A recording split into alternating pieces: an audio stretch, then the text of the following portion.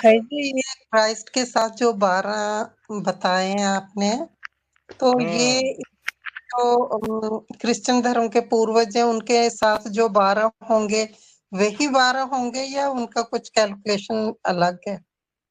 अरे जो Jesus Christ के साथ 12 होंगे वो तो अलग है ना, आधार मूर्त है वो तो आधार हाँ मूर्त जी, है। हाँ जी। उसके 12 हुँ, अलग, वो तो द्वापर युग की बात है।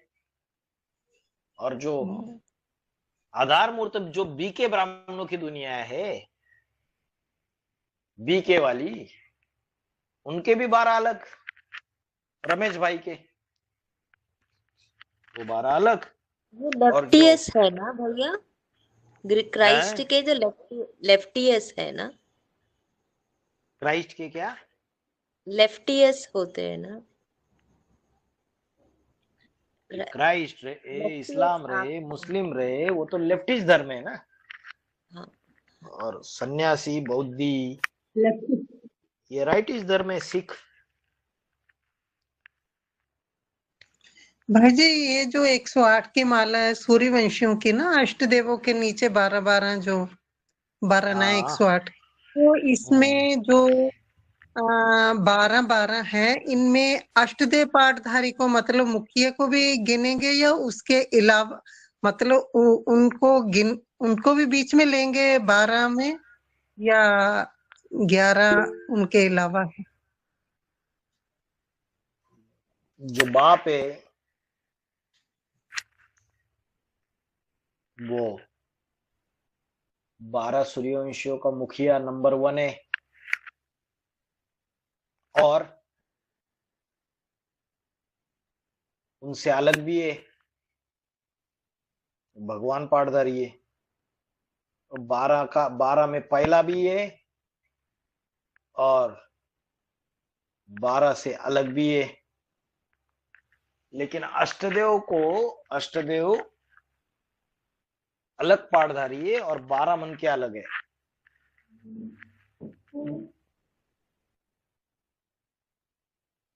हम्म, ठीक है।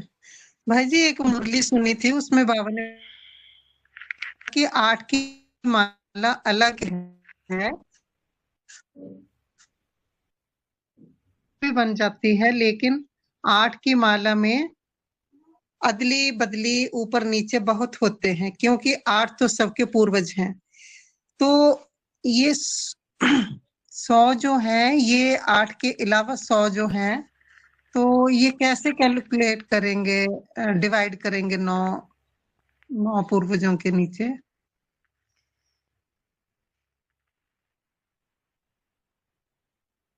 हर एक अष्टदेव के 12-12, योगिनी माँ के 12, चंद्रवंश के,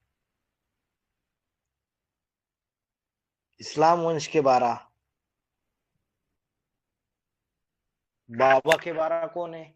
बाबा के 12 8 अष्टदेव, 4 नष्टदेव, ये बाबा के 12। नहीं, यहाँ पर योगिनी बोला माँ ना के 12। 8, यहाँ बोला 8 की माला अलग है और पहले बनती है, तो ये अष्ट देवों के लिए बोल दिया। फिर 100 तैयार होते हैं, तो 100 को 9 जगह डिवाइड कर क्या करेंगे, तो 12-12 नहीं आ रहे ना? अरे वो जो 8 की माला अलग बोला, मतलब अष्टदेव पहले तैयार होते हैं ना, 2018 में सीट पे सेट हो गए। बाकी रही बात 100 की, तो बाबा ने उसमें 8 बोल दिया, लेकिन 4 नष्टदेव भी तो है ना उस 100 में। 4 को हटा दो, 96। तो ठीक है ही ठीक। 12 सूर्यवंशी में। फिर हाँ जी, 96 को 8 ग्रुप में बांट दो, 12 8 96। हाँ जी, हाँ जी, ठीक।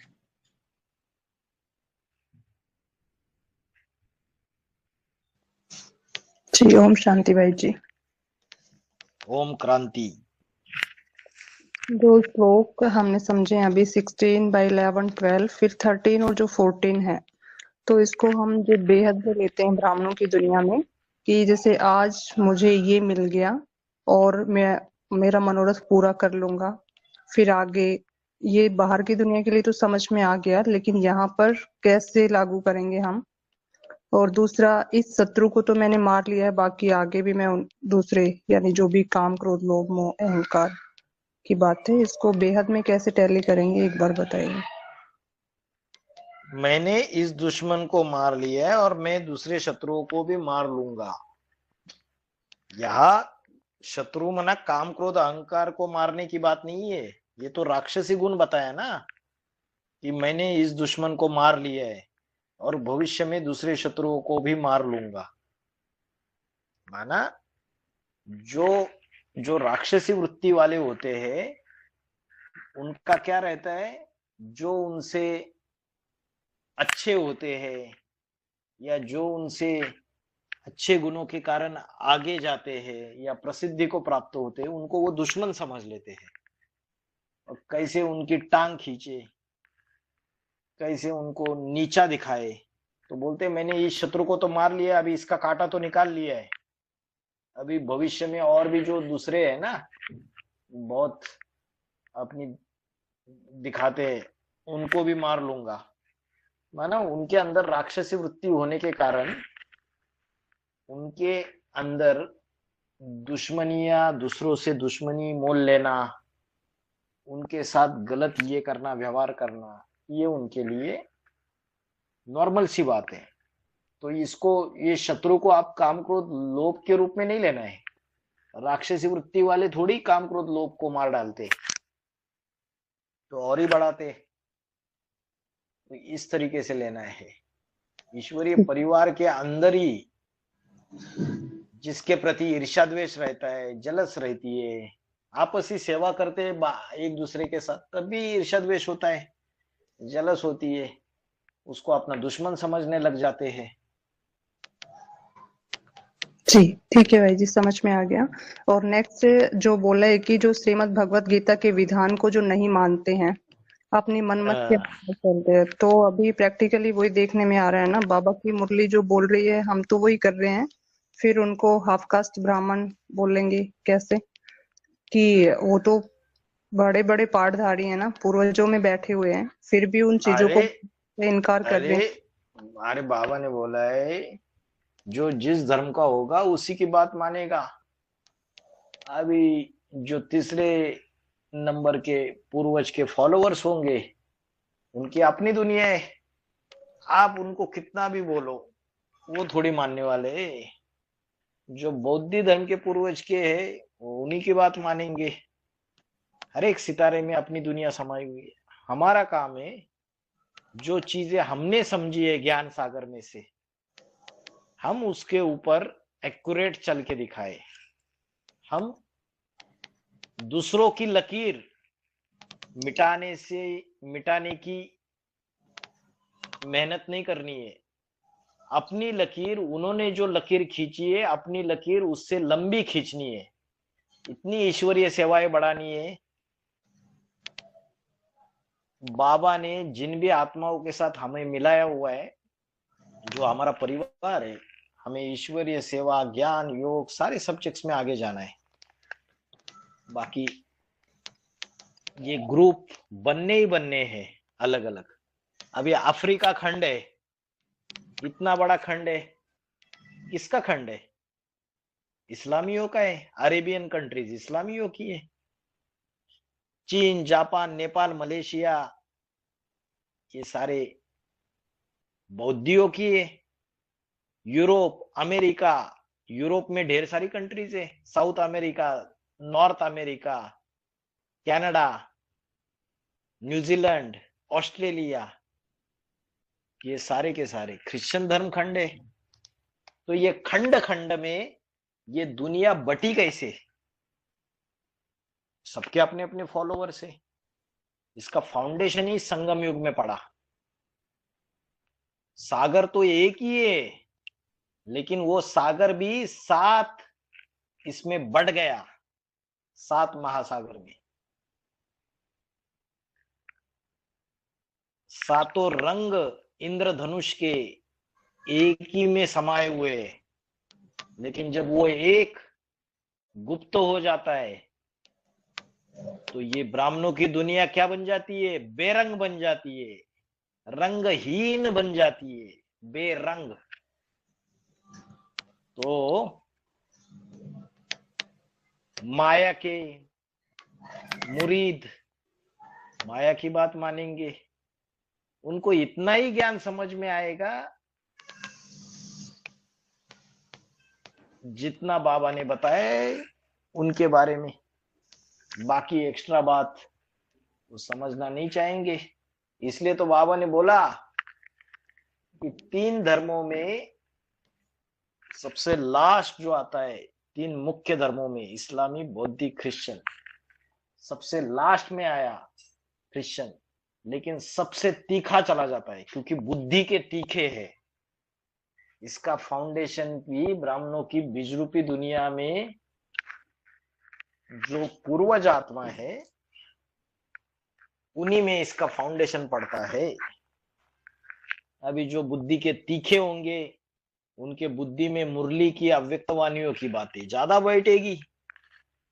अभी बाबा ने बोला जो इस्लाम धर्म का पाठधारी है वो भैंस बुद्धि है। धर्मराज की सवारी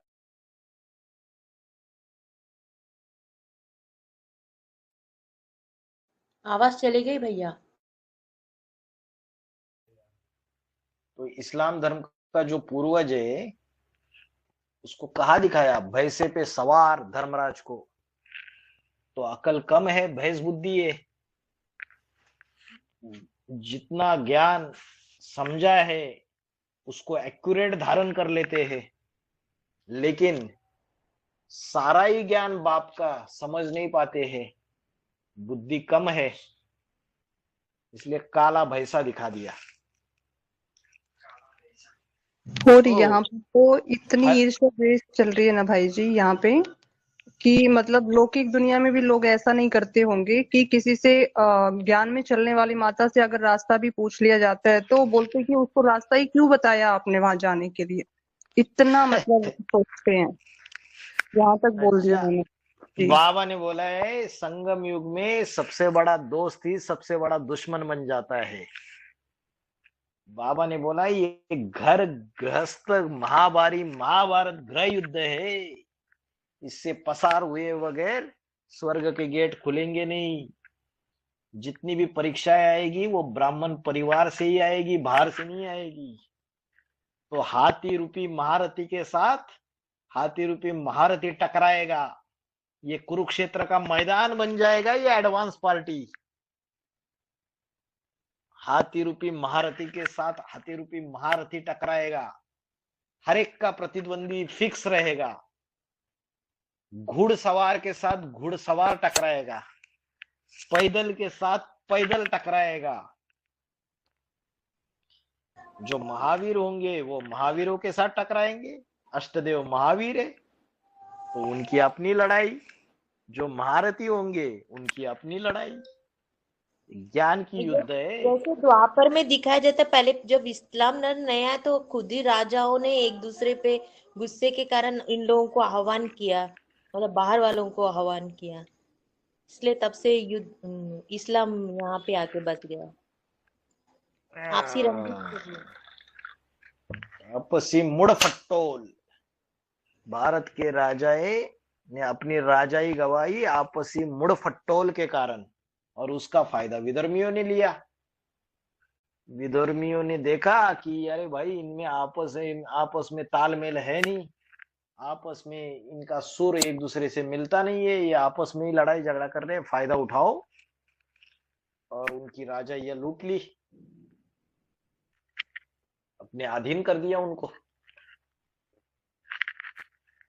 जी भाई जी, ये माया बेटी को इतनी निडरता कहाँ से प्राप्त हो रही है? इतनी निडर कैसे है?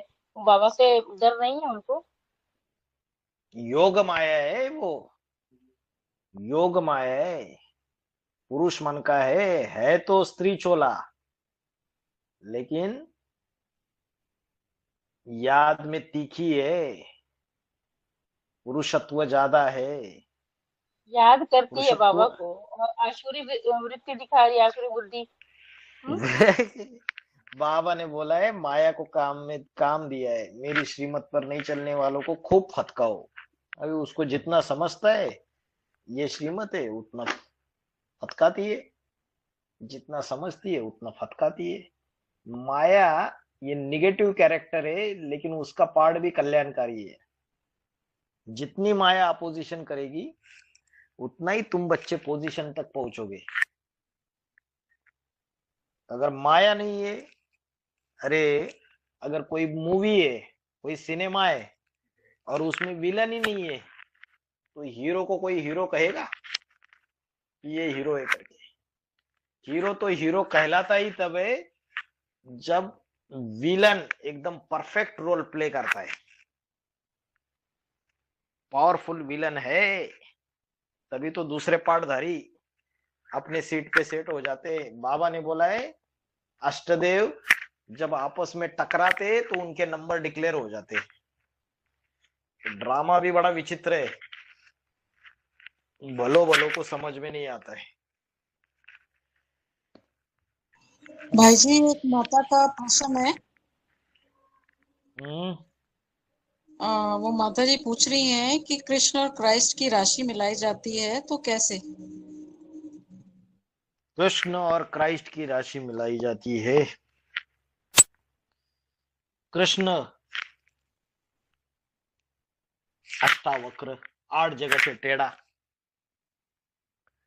जो क्राइस्ट का पूर्वज होगा तो संगम युगी कृष्ण 8 जगह से टेढ़ा, तो क्राइस्ट का जो पूर्वज होगा वो भी 8 जगह से टेढ़ा।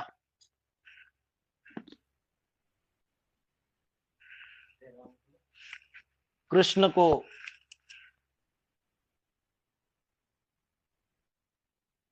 ढेर सारी रानियां दिखाई है, तो बाहर की दुनिया वाले तो बोलते हैं अरे ये तो व्यभिचारी है। दूसरे दूसरे धर्म वाले ग्लानि करते हैं, इस्लामी क्रिश्चियन ग्लानि करते हैं उसकी, ये तो व्यभिचारी। देखो कितनी सारी रानी है, कितनों के कनेक्शन में आता है। तो वैसे ही भैया मेरा एक डाउट है, जैसे ब्रह्मा बाबा को लास्ट जन्म में इतना पैसा होने के बाद भी मतलब वो पूरा यज्ञ में लगाते हैं, लेकिन गलत लोगों को अपने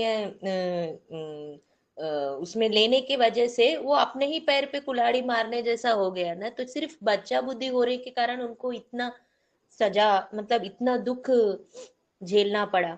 ये तो मतलब एक तरह का अन्याय हुआ ना, मतलब यानी कि ब्रह्मा ज्ञान चंद्रमा है और चंद्रमा की रोशनी में कीड़े मकोड़े पलते हैं और सूर्य की रोशनी में कीड़े मकोड़े जल के भून होके खाक हो जाते हैं। तो ब्रह्मा जो है ज्ञान चंद्रमा शीतल पाठधारी है, मातृत्व स्वभाव वाला, माता भावनावादी होती है। तो उसका अनड्यू एडवांटेज, अनड्यू बेनिफिट, नाजायज फायदा कौन उठाते? ये इस्लामी, बौद्धि, क्रिश्चियन, सन्यासी, सिख, जो चंद्रवंश है, चंद्रमा है, उसी से तो ये सारे धर्म बाद में पनपते हैं और ये सारे उसके गोदी में खेलते हैं, पनपते हैं और बस यज्ञ का सत्यानाश कर देते हैं। रावण राज्य फैल जाता है यज्ञ में। वो ब्रह्मा की आत्मा सहन करती है, करती है, करती है, करती है। फिर आज एडवांस पार्टी के अंदर भी सबके नाज नखरे देख रही है। वो जब आती हो जाएगी तो ब्रह्मा की आत्मा अपनी संपन्न अवस्था में धर्मराज का पाठ बजाती है। तो जो सहन किया उसका बदला भी लेगी वो संगम युग में ही, मार मार मारेगी। बाबा ने बोला है 1 सेकंड में जन्म जन्मांतर की सजाएं महसूस होगी, खाल उधेड़ दूंगा, ऐसी सजाएं महसूस करेंगे।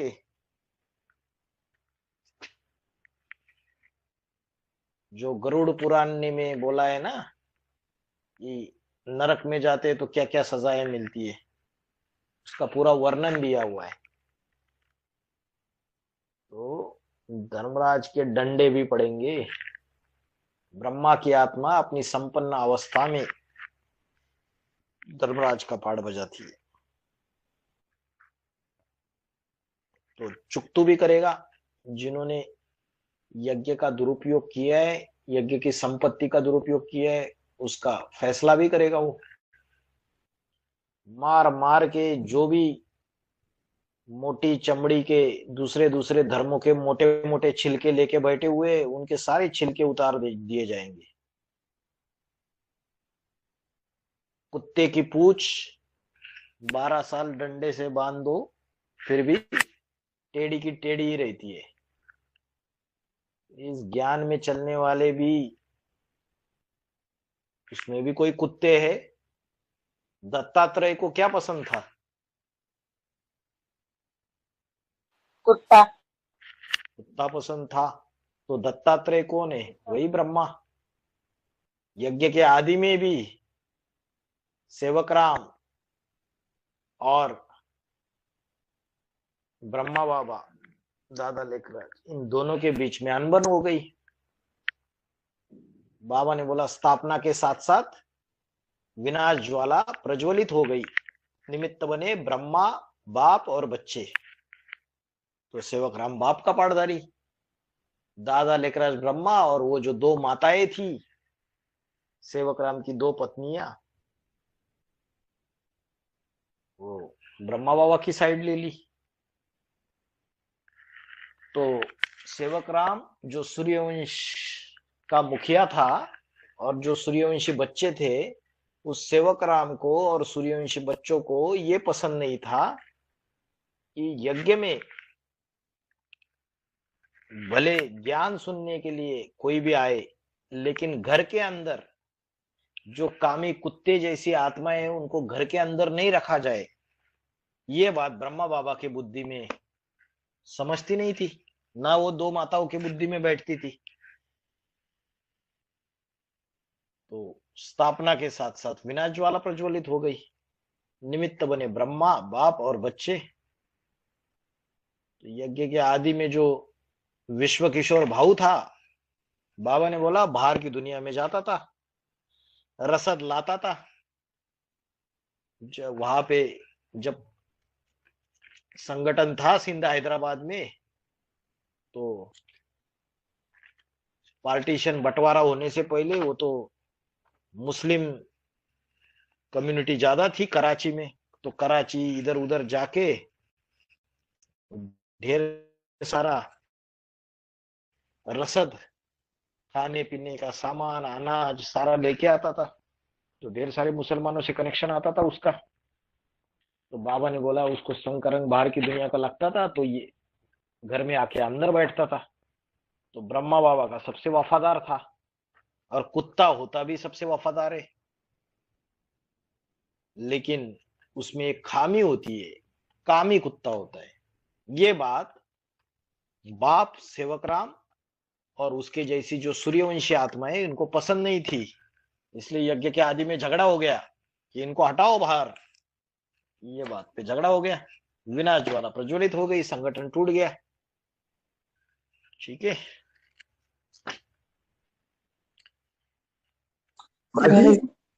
क्राइस्ट वाला प्रश्न अधूरा रह गया। क्राइस्ट और क्राइस्ट का भाई जी। हेलो, ओम शांति। हाँ जी। कृष्ण के ऊपर इटली में या किसी यूरोपियन कंट्री में कोर्ट के थ्रू उसको बैन कर दिया गया कि ये व्यभिचारी था, इसको 16,108 रनिया की किसी ने केस किया हिंदुओं के ऊपर में कि इसका पूजा नहीं होनी चाहिए। तो एक बहुत ही तेज तरार और बढ़िया एक भगवान का भक्त था वहां, वो फिर केस किया कोर्ट में। किसी नन को बुलाया गया और पूछा गया कि जितने भी नन जो है समर्पित होते हैं वो किसको अपने पति के रूप में मानते हैं। तो लोगों को पूछा गया तो बोला कि ईसा मसीह को ही मानते हैं। तो जितना भी नन है पूरे वर्ल्ड में वो सब एक ईसा मसीह को ही मानते हैं अपने पति के रूप में। यदि वो मानते हैं यदि तो ईसा मसीह भी भ्रष्ट है। वैसे ही 16,108 में को आप भ्रष्ट किसी को लगाते हैं। तो ये दोनों में केस हुआ था इटली की। रशिया में केस हुआ था, और उसमें ये आरोप लगाया था कि ये जो कृष्ण है ये व्यभिचारी है। देखो 16,108 को अपनी रानी बनाता है, तो उसके उत्तर में ये बताया कि जो नन्स क्रिश्चियन धर्म में समर्पित होती है, वो नन्स जब समर्पित होती है तो ये प्रतिज्ञा करती है कि I am married to Christ, Christ की मैं उसके साथ मेरा विवाह हो चुका है करके ऐसी शपथ लेके वो समर्पित हो जाती है। वो बोला आपके तो 10 लाख नन्स क्राइस्ट को सरेंडर्ड है, यूरोप में, अमेरिका में अलग संख्या, रशिया में अलग संख्या, जितने भी न्यूजीलैंड ऑस्ट्रेलिया उसमें अलग संख्या। तो बोला इतनी सारी नन्स सरेंडर्ड है, तो क्या क्राइस्ट व्यभिचारी नहीं है क्या? ऐसे करके वो केस हार गए। वो वाला केस डिसमिस हो गया। फिर इस तो तरीके राशि से दोनों का उसमें सेम मिलता है ना? दोनों का राशि सेम मिलता है। बाइबल बोला है, बाइबल, बाबा ने बोला है बाइबल का अर्थ है बाई जी का बल। तो बाई जी उसको सपोर्ट देते हैं उस पाठधारी को। तो कृष्ण आकर्षण करने वाला, तो संगमयुगी कृष्ण जो है उसकी राशि उससे मिली जाती है। बाबा ने बोला है क्राइस्ट को सूली पे क्यों लटकाया, इसलिए लटकाया, बाबा ने बोला वो तो ज्ञान सुनाता था और उस ज्ञान से कन्या माताएं आकर्षित हो जाती थी। ये बात तथाकथित धर्मगुरुओं को, यहूदी और बौद्ध धर्मगुरुओं को गले में उतरी नहीं। मारे ईर्ष्या द्वेष के उनकी सत्ता की कुर्सी हिलने लगी, तो मारे ईर्ष्या द्वेष के उन्होंने झूठा प्रचार प्रसार करके क्राइस्ट के बारे में उसको सूली पे लटका दिया। तो क्राइस्ट पे जो सूली को लटकाया उसमें क्राइस्ट की प्यूरिटी और देहधारी धर्मगुरुओं की इम्प्यूरिटी। तो वैसे ही बाप के जीवन में भी बाप के ऊपर सबसे ज्यादा कलंक जो लगाए जाते हैं वो कलंक पवित्रता से रिलेटेड ही लगाए जाते हैं, अपवित्रता से रिलेटेड। तो बाप की स्टेज तो अलौकिक है। वो जो कृष्ण को दिखाया गोपियों के साथ रास मिलाते हुए, ये संस्कार मिलाने की बात है। लेकिन बाहर की दुनिया वाले इन बातों को देखेंगे, अरे बाहर की दुनिया वाले छोड़ो, ब्राह्मणों की दुनिया वाले नहीं समझ पाए आज तक बाबा का पाठ अच्छे से। कितने सारे तो अनिश्चय बुद्धि हो जाते हैं, वो नहीं समझ पाए बाप का पाठ। अभी जब ईश्वरीय ज्ञान में बाप गुप्त होने के बाद वो बाप का बच्चा जब ईश्वरीय सेवाएं चालू करता है, ढेर सारी आत्माएं उससे जुड़ना चालू हो जाती है। तो ये तथाकथित इस्लामी धर्मगुरु वीडियो निकालते हैं, सतर्क। क्या लिखते हैं उसमें कि कन्या माताओं को बरगलाता है। अरे भैया, बरगलाता है? ऐसे ही तो बातें बाबा के लिए बोली जाती है फिर। और जितनी भी कन्या माता है वो बोलती है नहीं, बाबा ने हमको नहीं बरगलाया। अभी बाबा गुप्त हो गया तो दूसरी कन्या माताएं ज्ञान के आधार से, ईश्वरीय सेवाओं के आधार से जो भी सेवाएं आगे बढ़ रही है उससे जुड़ रहे हैं, तो देहधारी धर्मगुरुओं को मिर्ची लग रही है और झूठा प्रसार कर रहे हैं कि बरगलाता है। अभी बरगलाया या नहीं बरगलाया ये वो कन्या माताएं बताएगी या आप बताओगे? जो जुड़े हुए वो बताएंगे या दूसरा कोई बताएगा? जब 2017-18 में बाबा के ऊपर आरोप लगाए कि यहाँ सारे आश्रम में जितनी भी कन्या माताएं उनके साथ गलत काम होते, मीडिया इतना भोक रही थी सारे भारत में। Social media, national news channels सब भौंक रहे थे, वो ऐसा है, वो वैसा है, वो ऐसा करता है, वो वैसा करता है। लेकिन किसी भी मीडिया, किसी भी चैनल ने जो आश्रम में रहने वाले बहनों के स्टेटमेंट रिकॉर्ड करके वो मीडिया में दिखाए क्या? नहीं दिखाए। अरे तो आप जिनको बोलते हैं, जिनको बरगलाया, जिनके साथ गलत काम हुआ, उनके तो स्टेटमेंट ले लो, उनको तो पूछो, वो तो ऐसा कुछ नहीं बोल रहे। वैसे ही सेम टू सेम क्राइस्ट जो है उसके ऊपर आरोप लगाया कि वो व्यभिचारी है, वो ऐसा करता है, वो ऐसा करता है। तो जो उसके सपोर्टिंग में जो कन्या माता है, उनसे पूछो कि क्या उसने उनको बरगलाया क्या? तो ये चीज है। बस सुनी सुनाई बातों से भारतवासियों ने दुर्गति पाई है, चलता रहता है। चाणक्य बोलता है कि जो व्यक्ति अपने आंखों से कोई चीज देखे बगैर किसी की सुनी सुनाई बात पे विश्वास रखता है, वो महामूर्ख है। अभी रोज ढेर सारी बातें आती है, बस फोन से इसको, फोन से इसकी ये बात सुनी, उससे वो सुनी, इसने ऐसा कहा, उसने वैसा कहा, वही अपनी दुनिया बना लेते हैं।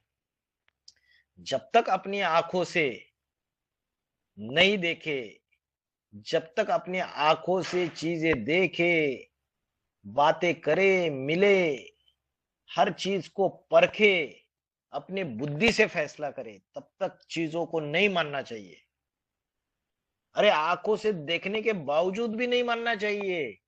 बाबा ने तो बोला है, अष्टदेव तो परीक्षक है, एग्जामिनर है, तुम्हारी परीक्षा लेने के निमित्त है। बाबा ने बोला है वो तो जिन मिसल पुरुषार्थी है, पाठधारी है, अभी अभी एकदम ऊपर, अभी अभी एकदम नीचे। और जिन को क्या काम दिया है, सीढ़ी ऊपर चढ़ो, नीचे उतरो, सीढ़ी ऊपर चढ़ो, नीचे उतरो। और वो ऐसा नहीं करेगा तो क्या कर लेगा? खा लेगा सबको। क्या खा लेगा? बताओ, क्या खा लेगा? ज्ञान से अब कर लेगा, को खा लेगा। सारा पुरुषार्थ को खा लेगा। अरे बच्चों का सारा पुरुषार्थ खा लेगा।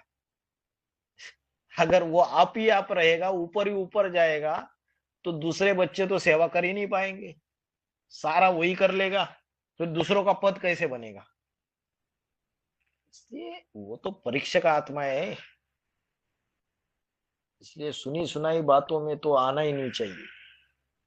कृष्ण और क्राइस्ट की राशि मिलाई जाती है, जो उसके जीवन में हुआ वही इसके जीवन में होता है। सबसे ज्यादा ग्लानि होती है शिव बाबा की, फिर ब्रह्मा की, फिर नंबरवार बच्चों की, और फिर बोला कृष्ण और क्राइस्ट की राशि मिलाई जाती है।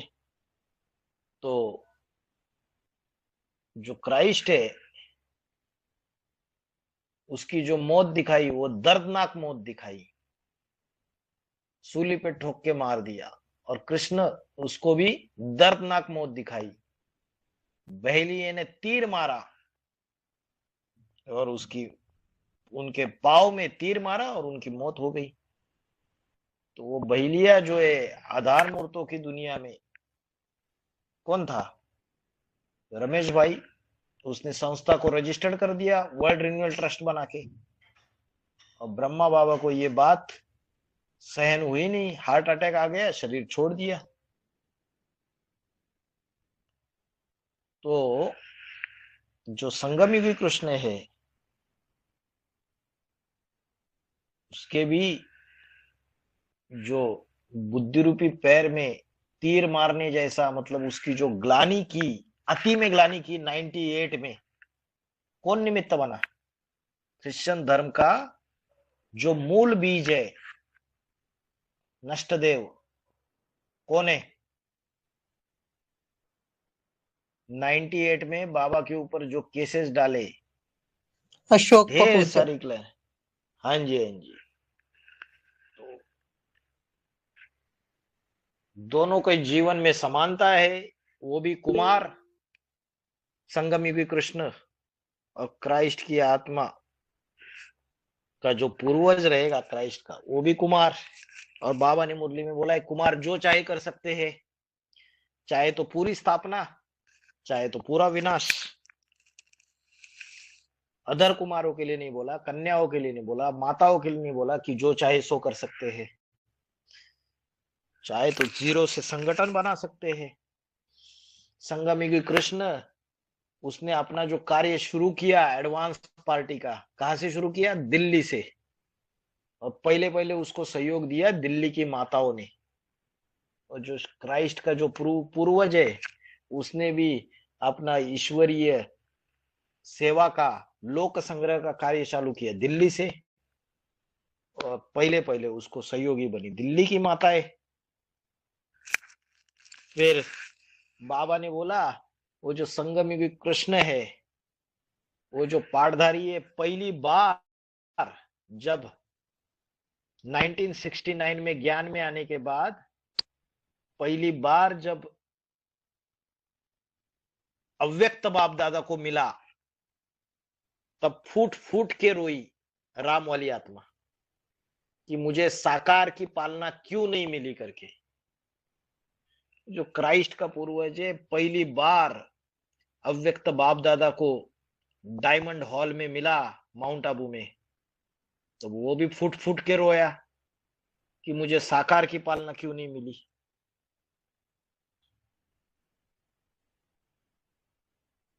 तो दोनों का ही जीवन, अंतिम जन्म कुमार का और संघर्षमयी।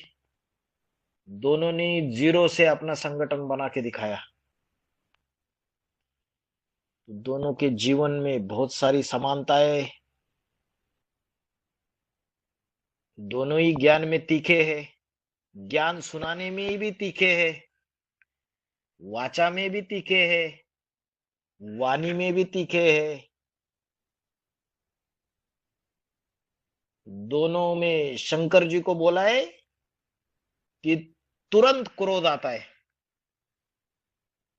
तुरंत क्रोध आता है, और तुरंत किसी से ये भी हो जाते हैं, क्या हो जाते हैं? प्रसन्न भी हो जाते हैं। तुरंत क्रोध आया और चला गया। वैसे ही क्राइस्ट का पूर्वज, वो भी अग्नि का स्वरूप और ये भी अग्नि का स्वरूप। वो तो सूर्य है, आग का गोला, और ये अग्नि, ये भी आग का गोला।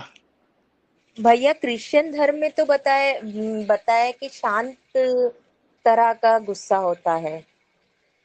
बाबा ने बोला है ठंडा क्रोधी। ठंडा क्रोधी माना अंदर कुछ न कुछ रह जाता है, फिर बाहर आता है, तुरंत बाहर नहीं आता है।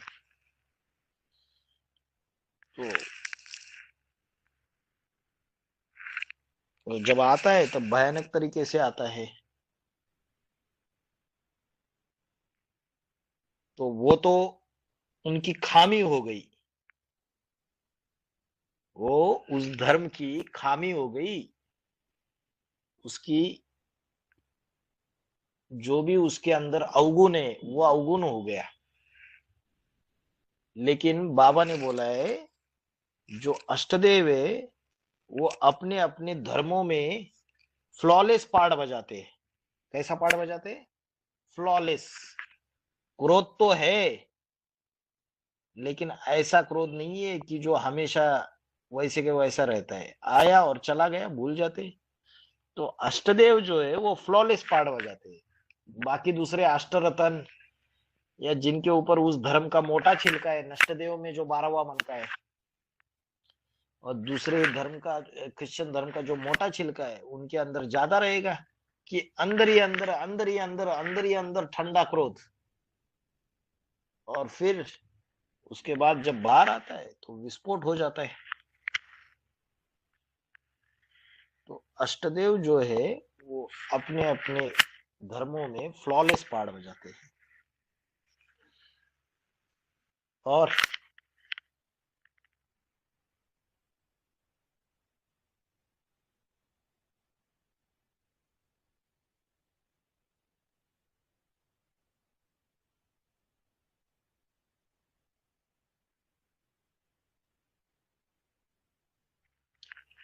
जो कृष्ण है उसने कुब्जाओं का, वैश्याओं का उद्धार किया। और क्राइस्ट की जीवन कहानी अगर देखोगे तो उसने भी कुब्जाओं का, वैश्याओं का उद्धार किया। भाई जिसके जी अंदर ताकत वो होगी वही करेगा, भाई जी या कोई भी। हाँ भाई जी जो बाइबल नाम पढ़ा, भाई जी तो एक बेचारी थी। हाँ, बाइबल का अर्थ है बाई जी का बल। तो बाई माना माता है, उनका बल ज्यादा, उसी से उसका संगठन बनता है।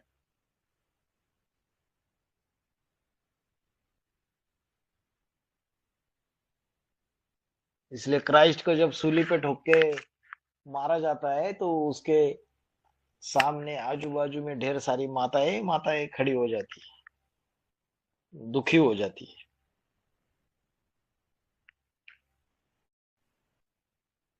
बात उसके पूर्वज की है तो पक्के सूर्यवंशी अष्टदेव सारे के सारे, लेकिन अंतिम जन्म में उस धर्म का हल्का सा छिलका आ जाता है। तो अष्टदेव अपने सीट पे सेट होने के लिए ये कैटेगरीज बाबा ने बनाई हुई है, जिसके आधार से पहचान जा सकता है कौन किस नंबर का है, कौन तीसरे नंबर का है, कौन चौथे नंबर का है, कौन पांचवें नंबर का है। कभी कभी जिन आत्माओं को गहरा ज्ञान नहीं, वो कंफ्यूज हो जाते हैं, वो बोलते हैं ये क्रिश्चियन धर्म की बात क्यों चल रही है। बात क्रिश्चियन धर्म की नहीं है, बात उसके पूर्वज की चल रही है जो पक्का सूर्यवंशी है।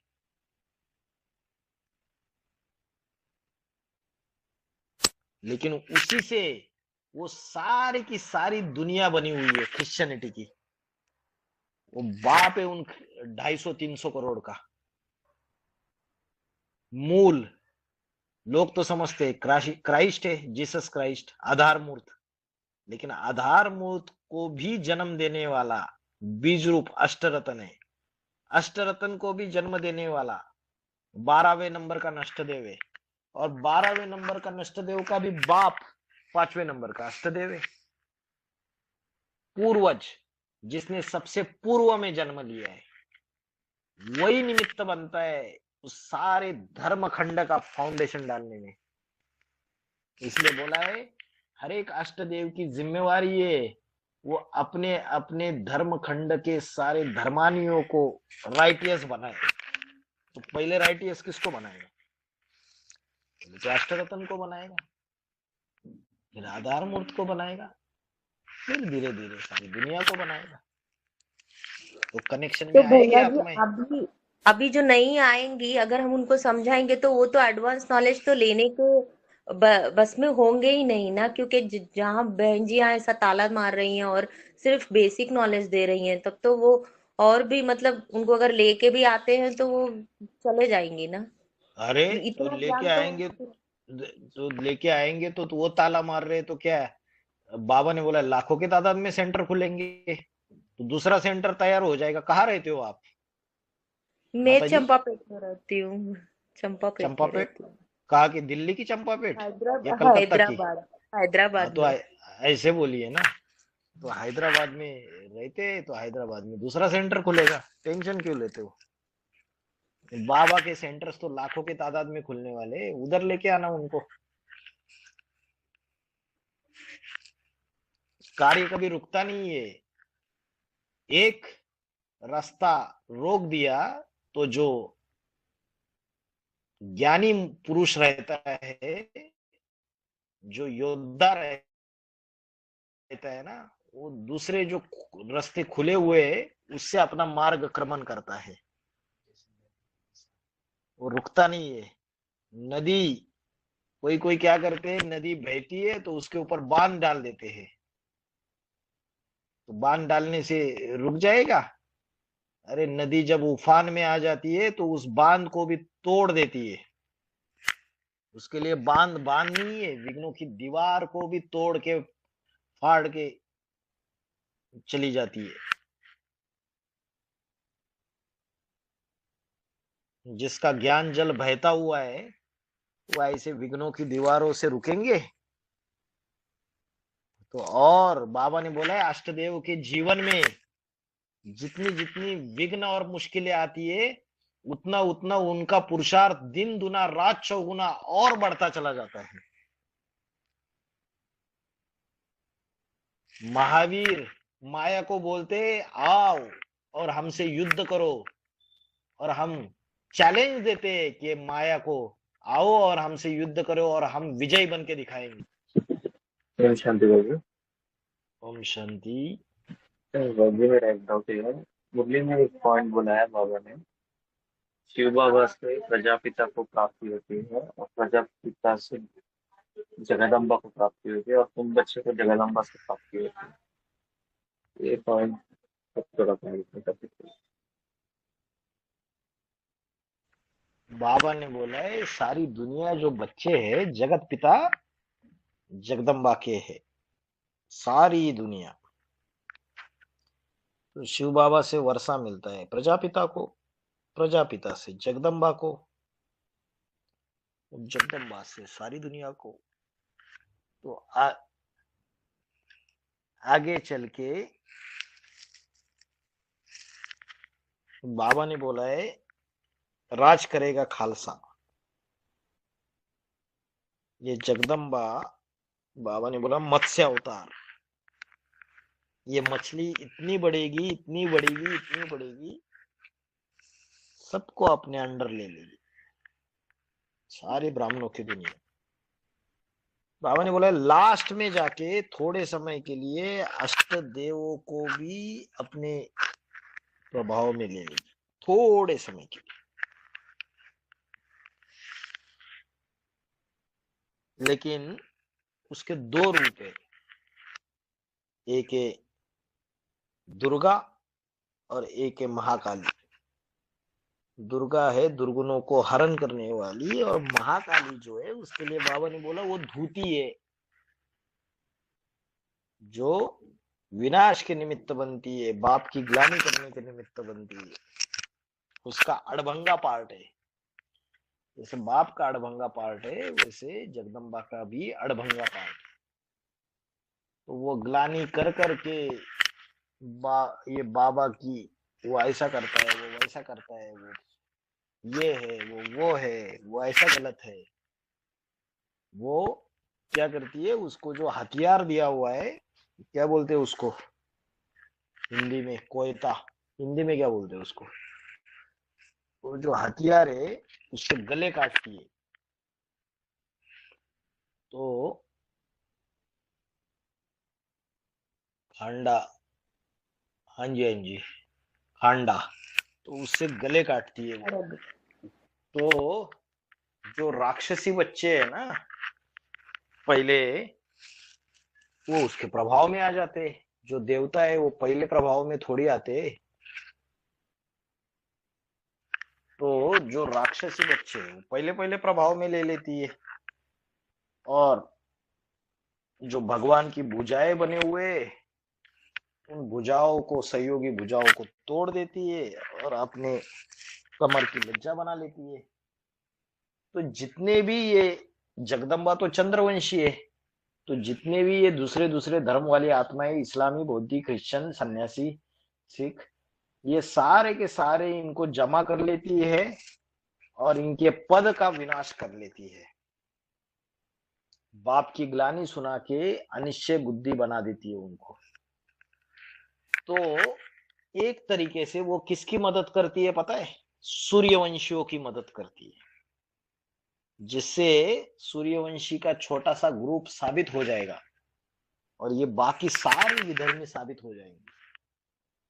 तो जगदम्बा सपोर्टिंग है, और लेकिन वो समझने वाले को, जो ज्ञानी, तो आप ऐसा पूरा करके फिर लास्ट में जाके जब सूर्यवंशियों को पता चलता है अरे इन्होंने तो हमारा काम कर दिया, तो सूर्यवंशी को भी माँ को माँ मानते हैं, वो भी बोलते तू तू हमारी भी माँ है, जगत माता है। तो लास्ट में जाके तो 8 को भी अपने अंडर ले लेती है थोड़े समय के लिए। तो इसलिए बाबा ने बोला शिव बाबा से वर्षादी मिला प्रजापिता को, प्रजापिता से जगदम्बा को, और फिर सारी दुनिया को।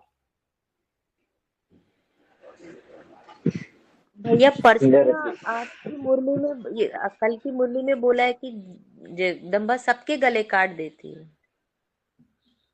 सभी के गले काट देती है। किसी को थोड़े समय के लिए बोला ना, अष्टदेव भी आ जाते, उसका मतलब वो भी माया के प्रभाव में आ जाते बोला। प्रकृति जीते सो जगत जीत, और माया जीते सो जगत जीत, वो तो नंबर 1 ही है। लेकिन बाकी क्या नंबरवार नहीं है क्या? नंबरवार है। तो नंबरवार है वो 100% माया को जीत लेता है। बाकी कोई हो गए जो 99.99% जीत लेते हैं, कोई होगा 99.98% जीत लेते हैं। तो कोई 0.01% में फेल हो जाएगा, कोई 0.02% में फेल हो जाएगा।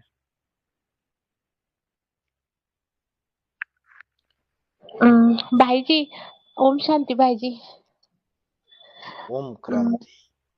आज जो अमृत वेले मुरली चली ना भाई जी 870, उसमें बाबा ने बोला कि जो पृथ्वी महाराणा प्रताप है, जब वो गरीब बन जाते हैं युद्ध में, तब जो साहूकार उनको लोन देता है वो राम वाली आत्मा, और वो मना, और वो जो महाराणा प्रताप 8वां नारायण, ऐसा बताए भाई जी। मतलब बाबा साहूकार भी बनते हैं क्या भाई जी? ये बात समझ में नहीं आई। महाराणा प्रताप 8वां नारायण क्या बोला? ऐसा ही बोला बाबा ने मुरली में कि जो साहूकार जो है वो राम वाली आत्मा, जो 8वां नारायण जो लास्ट का राजा है उसको धन दे देते हैं बोले। तो साहूकार कौन हुआ? तो राम वाली आत्मा हुआ, ऐसा बाबा ने बोला। हाँ, वो तो 16,000 में आने से अच्छा है साहूकार बनो, ऐसे बता। सतयुग में जो 8वां नारायण है वो आर्य समाजी जो है ना, आर्य समाजी जगदीश भाई, तो संगम युग में उसका शूटिंग होता है। संगम युग में जब एडवांस नॉलेज निकलती है ना, तो ये जो जगदीश भाई है ब्रह्म कुमारीज में, ये बड़े बड़े ग्रंथ लिखे हैं इन्होंने। क्या क्या ग्रंथ लिखे? भविष्य कुछ क्या नाम दिया है उसका, भविष्य पुराण या कुछ तो नाम दिया है। मैंने भी ब्रह्म कुमारीज में जब था तो नाम है विश्व का भविष्य। विश्व का भविष्य, और बड़े बड़े ग्रंथ लिखे, ज्ञान का धंधा करता था। लेकिन जब एडवांस ज्ञान निकली तो पूरी तरीके से इन सबकी टाई फिस हो गई। तो जब एडवांस ज्ञान जो था वो इतना गहरा ज्ञान था कि इन लोगों ने ये एडवांस ज्ञान बाबा का छुप छुप के सुनना चालू कर दिया, और वो छुप छुप के सुनकर ढेर सारे ब्रह्म कुमारीज एडवांस में जा रहे, बाबा से जुड़ रहे। तो इन्होंने क्या धंधा चालू कर दिया, इन्होंने जो भी सरेंडर कन्या सेंटर्स पे सारे, उनको ट्रेनिंग देना चालू कर दिया कि एडवांस ज्ञान जो है उसकी कार्ड तैयार करना चालू कर दिया। तो एक तरीके से शूटिंग पीरियड में बाबा का जो एडवांस ज्ञान है, मतलब जगदीश भाई जो पाठधारी है उसको ज्ञान में बहुत तीखा माना जाता था ब्रह्मा कुमारीज में। ब्रह्मा बाबा का भी उनके ऊपर बहुत बड़ा विश्वास था, ज्ञान में सबसे तीखा भाई करके। लेकिन जब राम वाली आत्मा के द्वारा एडवांस ज्ञान निकला तो उन्होंने उसको भी क्रॉस कर दिया। 76 में बोला बाप का प्रत्यक्षता वर्ष मनाओ। इन लक्ष्मी नारायण का जन्म कब हुआ? आज से 5000 साल पहले, 10 साल कम, 1966 की वाणी है। तो ये जो आधारमूर्त ब्राह्मणों की दुनिया में जो 8 नारायण बनते हैं, उसमें 8वां जो आर्य समाजी वाला नारायण है वो जगदीश भाई है। 76 में जब एडवांस नॉलेज निकलती है तो वो ज्ञान उसको भी क्रॉस कर देता है। तो ज्ञान धन का साहूकार कौन हो गया? राम वाली आत्मा। उसको क्रॉस कर लेता है तो जैसे उसको लोन दे देता है ज्ञान के रतन, वो कर्ज बाजारी बन जाता है, फिर उसकी सारी की सारी राजाई डूब जाती है, और राम वाली आत्मा क्या बन जाती है? त्रेता युग में उसके पास राजाई आ जाती है, राम राज्य आ जाता है ना। त्रेता युग में राम की गद्दियां 12, तो उसकी राजाई चट हो जाती है उस 8वें नारायण की, राम वाली आत्मा के द्वारा राम राम की गद्दियां चालू हो जाती है द्वापर त्रेता युग से। तो उसका शूटिंग 76 से, त्रेता युग का शूटिंग चालू हो गया 1976 से एडवांस पार्टी के अंदर। उसका शूटिंग संगम युग में होता है और स्थूल रूप में वहां पे होता है। समझ में आया माता जी? हाँ मैंने भाई जी जो महाराणा प्रताप है वो बाबा का पार्ट नहीं है, हमें तो ऐसा ही बोल रहे थे मतलब कि महाराणा प्रताप कहाँ से आ गया माता जी? इसमें महाराणा प्रताप कहाँ से आ गया? आपने कुछ गलत सुना है।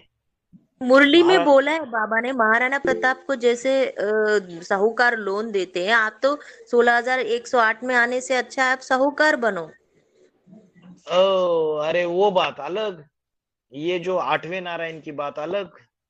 वो महाराणा प्रताप को वो भामाशाह जो है ना, जब भामाशाह ये वो दोनों लोन दे दोनों देता है, बात बताई बाबा ने, मैंने दोनों बताया बाबा ने भाई जी कि पृथ्वी दोनों महाराणा प्रताप बताई, का भी बताया और दोनों 8वें नारायण का भी बताया। दोनों बताई, लेकिन दोनों का अलग अलग मीनिंग है। दोनों को साहूकार की बात आई इसलिए इधर जोड़ दिया बाबा ने, लेकिन दोनों अलग अलग है। महाराणा प्रताप राम वाली आत्मा का ही पार्ट है। तो बाबा ने बोला साहूकार बनने का पुरुषार्थ भी कोई साधारण पुरुषार्थ नहीं है। बड़े बड़े राजाओं को भी जरूरत पड़ने पर वो धन देने के निमित्त बन जाते हैं। ज्ञान धन की भी बात है। तो बाहर की दुनिया में अभी ज्ञान रत्नों के साहूकार नहीं है, जैसे आप लोग हो बड़े बड़े ज्ञान रत्नों के साहूकार हो, जिसके अंदर ज्यादा बुद्धि रूपी इसमें ज्ञान के रतन है। भविष्य में बड़े बड़े पाठधारी जब धाराशायी हो जाएंगे तो उनको भी वो ज्ञान धन देने के निमित्त बन जाएंगे। वो दोनों चीजें राम वाली आत्मा का ही पार्ट है महाराणा प्रताप। वो बाबा ने एक दूसरे के साथ जोड़ दिया होगा। आप मुझे पॉइंट भेजो, लेकिन उसको आप मिक्स मत करो। लेकिन हाँ भाई नहीं जी भाई जी सतयुग में सुनना तो चाहता है, धन इसलिए नहीं था ना पूछा। भाई जी? ठीक है भाई जी, ठीक है। सतयुग में स्थूल धन तो होता नहीं है। वो एक सतयुग डाउट था भाई में, जी। सतयुग भैया भी में शिवाजी भी राम वाली आत्मा का ही पार्ट है। शिवाजी जो मतलब बहुत सारे युद्ध तो उन्होंने ही जीते हैं। हाँ हाँ, राम वाली आत्मा का पार्ट है। ये भाई जी जो बोल रहे हैं ना सतयुग में तो धन होता नहीं है ना, तो उसने क्या वो दे दिया उधर। सांबाजी महाराज का ब्रह्मा का पार्ट है। भामाशाह। माता जी वो भाई कुछ अलग पूछ रहा है, आप बीच में कुछ अलग बोल रहे हो। भाई बोल रहा है सतयुग में तो धन धन की जरूरत क्या है? जो 8वां नारायण है उसकी उसको धन दिया और उसकी राजाई चली गई और राम के पास राजाई आ गई, तो उसके वहां धन की जरूरत क्या है? ये कहना है भाई का। तो सतयुग में ज्ञान धन तो है ही नहीं, क्योंकि सतयुग जो है वहां तो आत्मिक स्थिति है। तो दैवी गुणों का धन है, क्योंकि सतयुग में पहले जन्म से लेके लास्ट जन्म तक सीढ़ी नीचे उतरते जाते हैं, कलाएं कम कम हो जाती है। सतयुग के पहले जन्म में 16 कला संपूर्ण है आत्मा, और सतयुग के अंतिम जन्म में आत्मा कितनी कला संपूर्ण हो जाती है?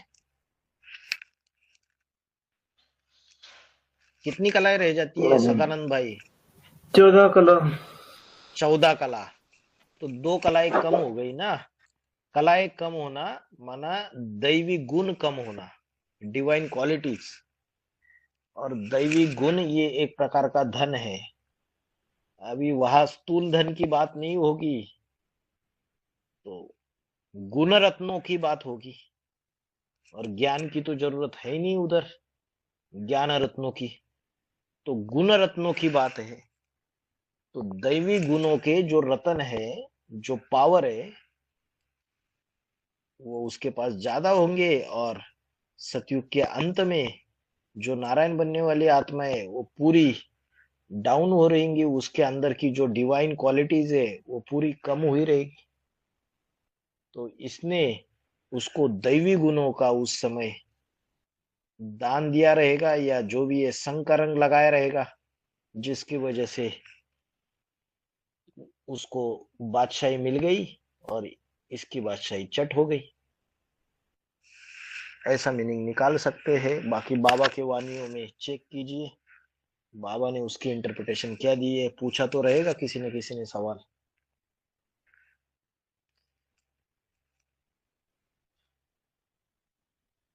और चलो 9:29 हो गए, अभी रुकते हैं। ओम शांति। ओम शांति। धन्यवाद।